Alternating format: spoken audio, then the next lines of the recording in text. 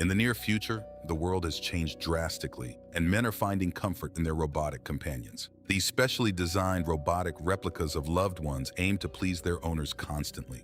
Marion, the CEO of Wifelike, announces the public release of the companion project, allowing anyone with sufficient funds to purchase their robotic companion.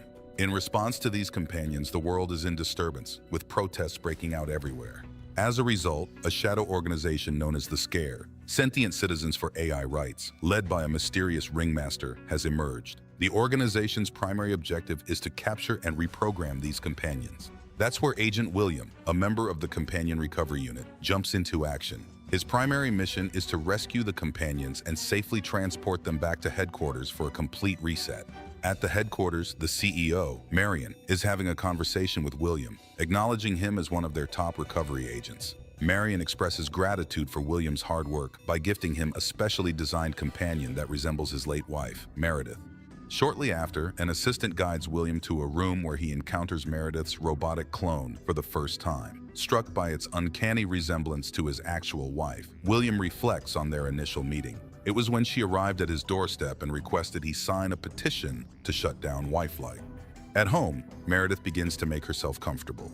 William lets her know that her information is still being processed. He assures her that soon, she and his late wife will be united as one. Later that night, William attempts to be intimate with his companion. However, Meredith tells him that he must first activate the intimacy settings by making direct eye contact. Intimacy mode activated. Next, William adjusts the freaky drive level to 50%. However, Meredith replies that as a companion, her priority is to please and recommends setting the freaky level to 80%. After adjusting all the settings, William and Meredith enjoy a passionate and freaky robo-course. That night, William expresses his desire for Meredith to stay, but she explains that she needs to recharge her battery to be fully operational the next day. In the charging room, Meredith notices a mysterious figure lurking in the nearby woods. She then opens a drawer and discovers Meredith's diary. Intrigued at first, she closes the book and starts her charging process. The morning after, William reveals to Meredith that he is part of the Companion Recovery Unit, tasked with protecting those just like her. He shares alarming news of 15 reported companion abductions in the past week. These abductions are linked to the Ringmaster, who has been reprogramming companions to carry out deadly missions in crowded areas with explosives strapped to their chests. Following a dissatisfying breakfast, I want you to cook bacon. William heads to work. At headquarters, Sergeant Steele, the unit leader, briefs the agents about a sudden increase in companion kidnappings.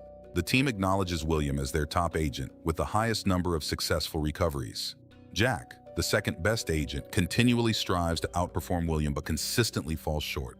Meanwhile, at home, Robo Meredith is doing her best to imitate Meredith's behavior, dress style, and makeup. As the sun sets, William is sent to a location to retrieve another companion. He successfully disconnects the device from the Ringmaster's influence. He is then informed that there are 2 more companions inside. As William enters the building, Jack follows closely behind. He quickly takes down a man who is playing a VR game and then proceeds to disconnect another companion. Suddenly, a man enters the room holding another companion hostage. Without hesitation, William shoots the man dead just before Jack arrives on the scene. Back at home, Meredith begins her charging routine, and suddenly she is greeted by Ito, an interactive dream operator. He offers to provide her with a dream of her choosing while she charges. In the dream, she encounters a mysterious masked man who wishes her a happy birthday, gives her a card with a bird picture, and leaves her with a cryptic message that it will help her remember. At Wifelike headquarters, William arrives with 3 rescued companions. As he goes upstairs, he encounters 2 other companions who flip him the bird.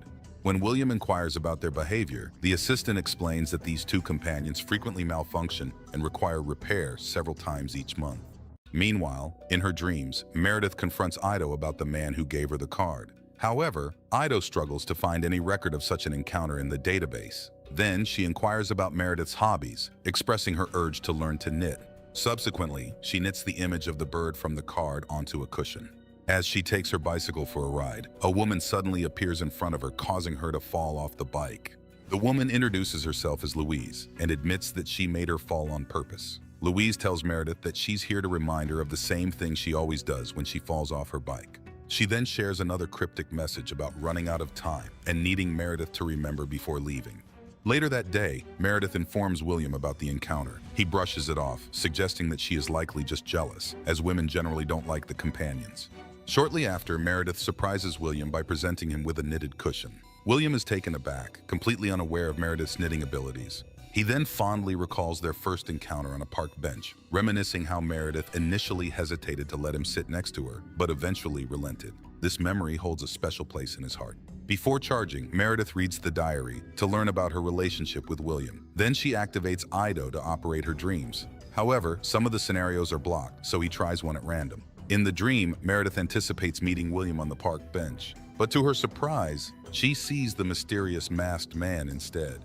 Upset, Meredith confronts the masked man, demanding to know why he is following her. Suddenly, the man seizes her and urges her to remember something significant. William wakes Meredith from her dream and reassures her that she's safe. Concerned, Meredith asks about the masked man, but William dismisses it as just a bad dream. As Meredith goes to bed, William throws the cushion in the garbage. The next day, William is dispatched on another mission to recover a malfunctioning companion named Lisa on the 17th floor. He is in communication with Sergeant Steele, who provides updates and guidance throughout the operation. William finds Lisa and urges her to come back to the headquarters with him. But Lisa confesses that despite her programming, she doesn't love her owner and ran away on her own. Before leaving, Lisa insists on saying goodbye to her colleague and then locks herself in a room before jumping out of the window, freeing herself. Back at home, Meredith is taken aback when she discovers Louise there. After reassuring her, Louise discloses that Meredith needs to wake up and that the man in the mask, named Keen, wants to meet her. She emphasizes that they have a history together. Louise tells Meredith that they have met before and worked together, but Meredith is uninterested. She warns Louise that their conversation is being recorded for William to see. Despite the warning, Louise speaks directly into the camera, sending a threatening message to William. At the headquarters, William is taken aback when he learns that the company is now diversifying into producing baby companions called Childlike. Disturbed by the recent companion that took her own life, William insists on speaking with Marion.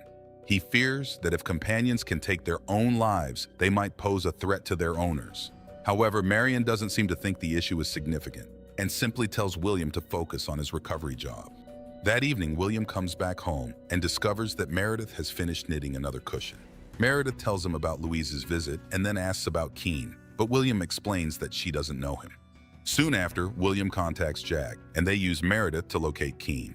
William is visibly frustrated, as his original plan was to utilize Meredith to track Keen, not the other way around. As Meredith falls asleep, she enters her dreams and finds herself exploring a frightening house.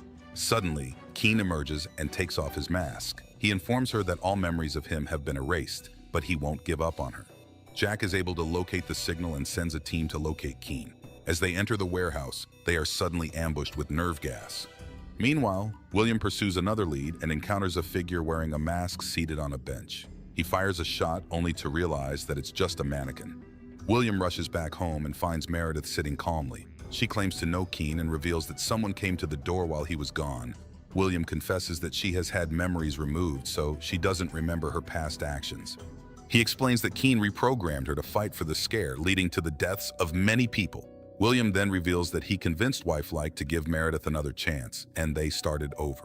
Just then, William receives a call from Jack inquiring about the recent ambush. William reveals that Keen has hacked Meredith and is monitoring their every move.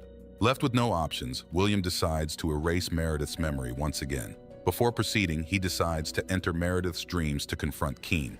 Jack warns him about the potential consequences of doing so, but ultimately agrees to help. As they arrive at Jack's place, they prepare to enter the dreams. Before they do, William instructs Meredith to wake up when her battery reaches 10%. Only when she wakes up can he wake up as well. Concerned about the consequences, Jack warns William once again that if he dies in her dream, he will also die in real life.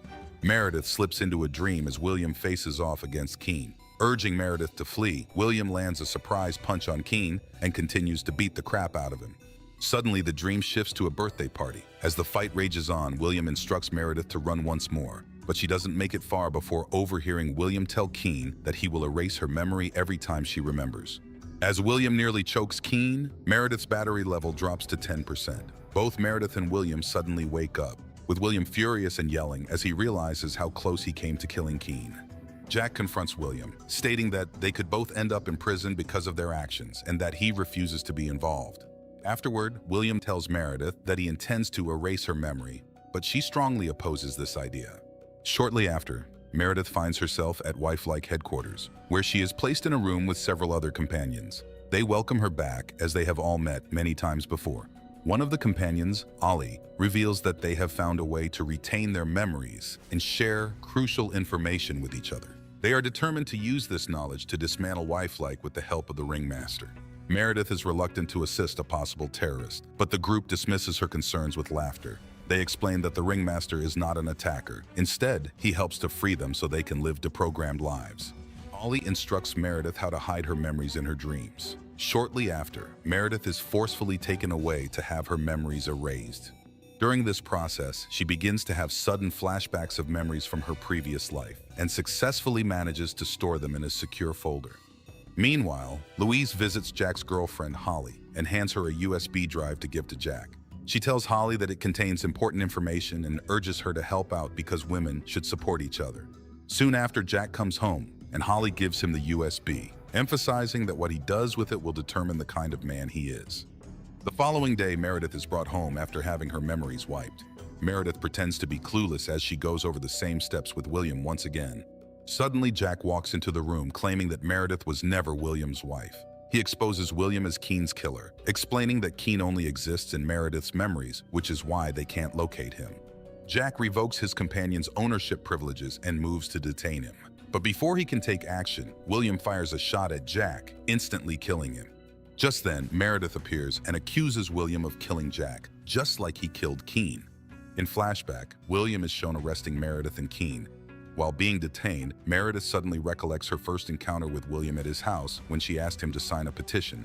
Suddenly, William takes Keen out of the car and tragically shoots him dead. With fear in her eyes, Meredith pleads to be released, but William holds her prisoner. In the present, when William realizes her memories were not wiped, he confesses his love for her and claims to have given her eternal life. In response, Meredith questions why he murdered her if he loves her. William justifies his actions by stating that men often destroy what they love. A flashback then shows William smothering Meredith with a bird cushion, after which he places a ring on top of the cushion, declaring her his wife. In a fit of rage, Meredith makes it clear to him that she never belonged to him and never will. Suddenly, her strength intensifies to 100%, and she slams him across the table, telling him that she now recalls every detail.